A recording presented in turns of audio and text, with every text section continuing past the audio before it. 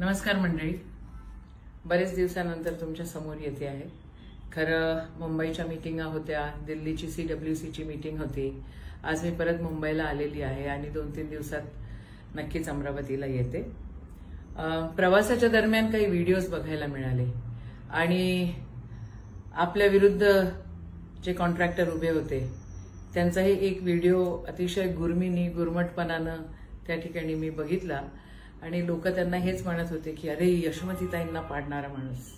अच्छा, तुमचं रेकग्निशन पण आमच्यामुळे होतं आहे. चला, तुमच्या नशिबात होतं, तुम्हाला ते भेटलं.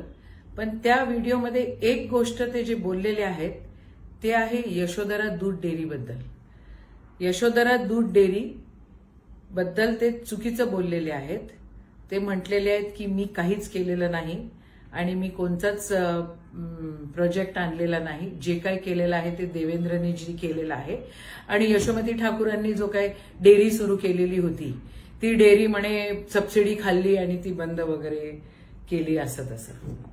आता सरकार तुमचं आहे, मुख्यमंत्री तुमचा होणार आहे.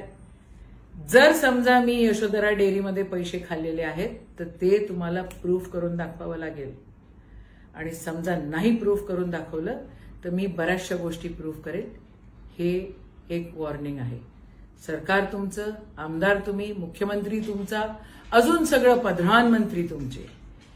यशोमतीनी जर सरकारी जमीन कुठे घेतलेली असेल किंवा सरकारी पैसा कुठे वापरलेला असेल तर ते सिद्ध करून दाखवावे. कॉन्ट्रॅक्टर साहेब, ते सिद्ध करून दाखवा, नाहीतर तोंडाला तुमच्या कुलूप लावा. शानपणा नाही मारायचा, हे नाही चालणार.